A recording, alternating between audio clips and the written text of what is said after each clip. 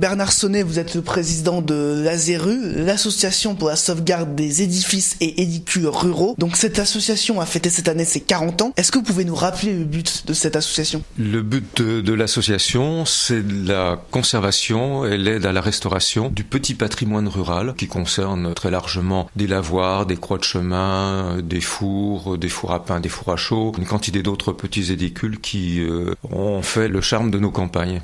Quels sont les édifices qui sont en général restaurés ? En général, il y a toutes sortes d'édifices. Nous en avons presque une vingtaine, je ne veux pas tous les citer, mais je rappellerai donc les lavoirs, les fontaines, les abreuvoirs, enfin tout ce qui a rapport avec l'eau, les croix, les calvaires, les pierres des morts, des tombes remarquables même, des monuments commémoratifs, des bornes armoriées, des cabottes aussi qu'on trouve dans le vignoble, des cabanes de cantonniers, des vieux murs. On s'intéresse aussi aux colombiers, pigeonniers, dans le domaine religieux, les chapelles, les oratoires, et puis dans le domaine plus utilitaire, des fours, même des halles, des pressoirs, des menhirs, enfin vraiment tout ce qui présente un intérêt, et surtout ces petits édifices qui ne sont pas protégés monuments historiques. C'est important qu'ils ne soient pas protégés monuments historiques ? Non, c'est pas vraiment une condition, parce qu'on peut effectivement aider exceptionnellement un monument déjà protégé monument historique, mais le but de l'association, c'était de s'intéresser à tout ce patrimoine qui était un peu délaissé, ou qui n'était pas reconnu, qui n'avait pas suffisamment de critères pour l'éligibilité, comme on dit maintenant, pour être reconnu comme monument historique. Et les critères des monuments historiques, j'en parle en connaissance de cause, puisque j'étais pendant un peu plus de 30 ans à la conservation régionale des monuments historiques. Donc les critères sont souvent exigeants. Donc évidemment, ces petits monuments ne présentaient pas un intérêt suffisant pour être reconnus comme monuments historiques. Il y a beaucoup d'édifices, vous avez cité, qui sont restaurés. Est-ce qu'il y a malgré tout une sélection parmi tous ces monuments ? Il faut effectivement que le monument présente des caractéristiques intéressantes. Il ne faut pas effectivement que ce soit un monument surtout qui a été dénaturé, qui a été... on peut voir par exemple des lavoirs qui ont été restaurés mais assez maladroitement, pas avec les bons matériaux, tout ça, donc enfin restaurés ou qui sont mal entretenus et qui ne présentent pas vraiment de caractère dans la typologie, ce qu'on appelle la typologie des lavoirs, de caractère suffisamment intéressant pour être reconnu. Mais néanmoins, donc nous sommes ouverts à toutes les propositions. Nous nous rendons sur place. L'intérêt de notre association, c'est d'accompagner, de suivre les dossiers dès lors qu'on reçoit la demande. Le pétitionnaire, que ce soit un propriétaire privé ou un propriétaire public, une commune en général, donc nous alerte, nous envoie un dossier photographique, etc., avec un devis de montant des travaux de restauration, et nous nous rendons sur place avec le vice-président Jean-Paul Stroecker et d'autres personnes de l'association pour voir effectivement faire un état des lieux et donner des conseils pour restaurer au mieux ce bâtiment. Est-ce qu'il y a des édifices qui ne peuvent pas être restaurés ?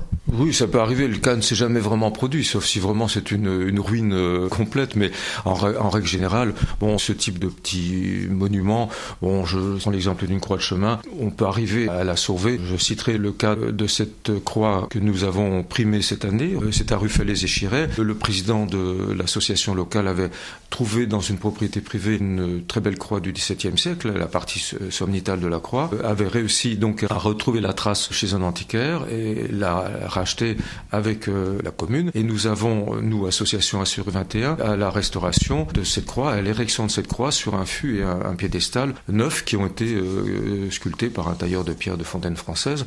Et nous avons donc accordé une prime. Donc l'inauguration a eu lieu au mois d'août cette année.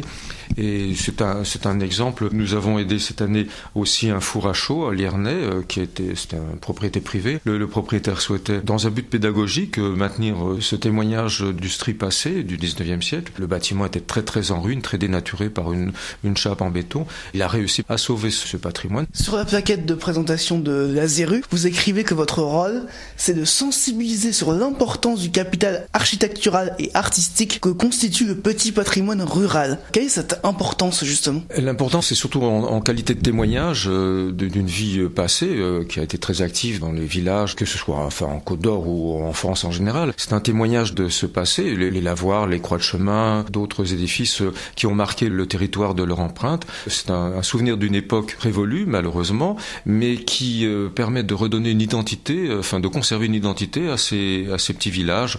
Et c'est une de nos raisons d'être, des raisons d'être de l'association, d'essayer de maintenir cette identité, ces particularismes de nos campagnes. L'ASERU renseigne également sur les subventions qui sont possibles pour restaurer les édifices.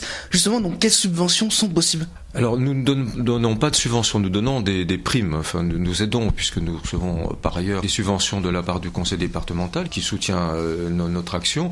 Donc nous accompagnons par nos primes d'autres possibilités de financement. Ça peut être aussi bien par le département que par la Fondation du patrimoine par exemple avec laquelle nous collaborons pour prendre un exemple pour la réédification d'une croix à Couternon devant l'église. C'est un projet qui a été élaboré il y a déjà 3 ans et qui devrait trouver sa conclusion prochainement. Il s'agissait d'un calvaire, les restes d'un calvaire, la base et le socle, et qui était en très très mauvais état. La croix avait disparu et notre ancien président d'honneur, Jean-François Desvallières, qui était architecte en chef de la ville de Dijon, a donné le dessin d'une croix en métal pour effectivement compléter cette croix. C'est une opération qui va être conclue prochainement. Donc la commune évidemment a donné des moyens pour aider à cette restauration. La Fondation du patrimoine, et nous accompagnons aussi cette restauration. Pour grosso modo cette année notre palmarès, pour citer un exemple, nous avons accordé des primes de 1 500 à 2 000 euros. Donc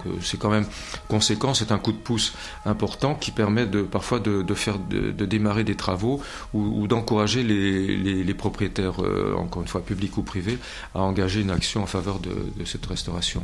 En 40 ans, est-ce qu'il y a eu beaucoup d'édifices qui ont été restaurés en Côte d'Or ? Pour le 40e anniversaire de l'association, nous avons pu faire un bilan à peu près 200 monuments. Parce qu'il y a eu des années effectivement où l'association a été un peu mise en sommeil, mais dans l'ensemble, 200 petits édifices. Et en moyenne, 3 à 4 monuments ont été primés par an. Très bien. Merci Bernard Sonnet. On le rappelle, vous êtes président de l'association pour la sauvegarde des édifices et des édifices ruraux qui fait cette année ses 40 ans.